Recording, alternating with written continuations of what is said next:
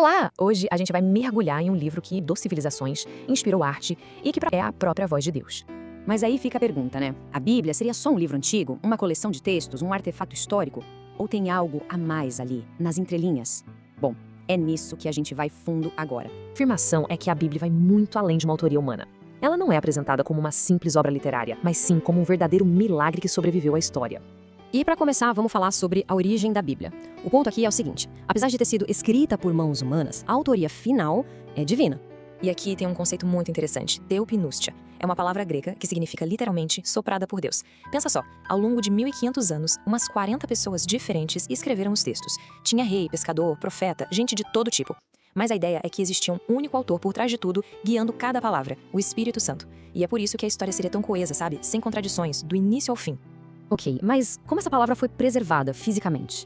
A sobrevivência da Bíblia, como a gente vai ver, é descrita como algo providencial, que foi moldado por conflitos e, olha só, pela inovação humana. E essa história é incrível. Pensa bem, uma guerra comercial lá da antiguidade acabou sendo o gatilho para a preservação das escrituras. Foi assim, o Egito proibiu a exportação de papiro. De repente, o mundo ficou sem o seu papel. E aí, precisaram inovar. A solução veio da cidade de Pérgamo, o pergaminho, feito de pele de animal, que era muito, mas muito mais durável. A interpretação aqui é que até essa crise geopolítica foi usada para garantir que a mensagem chegasse inteira até nós. Tudo bem, a mensagem sobreviveu, mas que textos exatamente formam essa mensagem?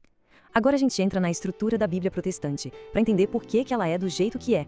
A palavra-chave aqui é canon. É grego e originalmente significava uma régua, sabe? Uma vara de medir. No contexto bíblico, canon são os livros considerados o padrão perfeito, a medida oficial da fé, a régua de Deus, por assim dizer. Então, quantos livros entram nessa régua? O número é exato e não se negocia. São 66. E aqui a gente consegue ver todos eles. A organização completa, olha só.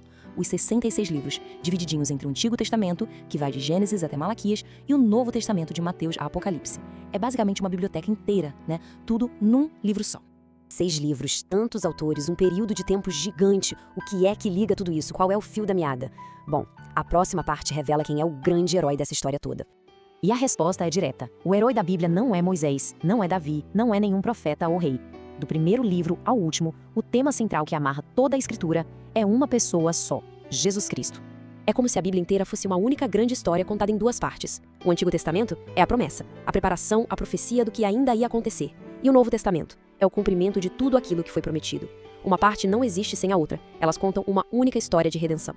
E essa citação, que é atribuída ao próprio Jesus, amarra bem essa ideia. Ele mesmo teria dito que todas as escrituras, ou seja, o que a gente hoje chama de Antigo Testamento, falavam sobre ele, apontavam para ele. Mas será que a Bíblia é o único jeito de Deus se revelar? Esse verso do Salmo introduz um outro conceito, o da revelação geral. É a ideia de que a própria criação, o céu, as montanhas, a natureza, já declara que existe um Criador glorioso. Esse quadro ajuda a gente a organizar as ideias. De um lado tem a revelação geral, que aparece na natureza, nos acontecimentos da vida e na nossa consciência. Ela mostra para todo mundo que Deus existe e que Ele é poderoso. Mas, segundo salvação, é preciso algo mais, a revelação especial.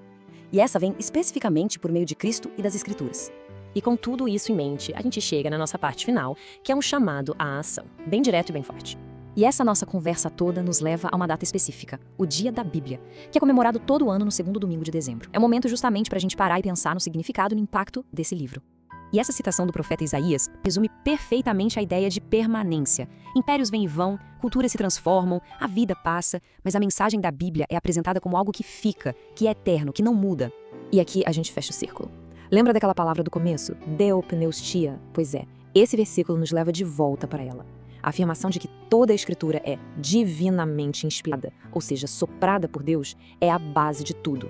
É o que fundamenta a crença na sua autoridade e na sua utilidade para a nossa vida. No fim, tudo se resume a isso, um convite para não olhar para a Bíblia só como um documento histórico, mas como uma palavra viva, uma palavra para ser lida, para ser crida e, o mais importante, para ser vivida, porque o que permanece de verdade no fim das contas não é só a tinta no papel, mas o impacto que essa palavra tem na vida. Curta, comente e se inscreva. Vamos juntos buscar na verdadeira fonte a palavra de Deus. Lições da fonte EBD.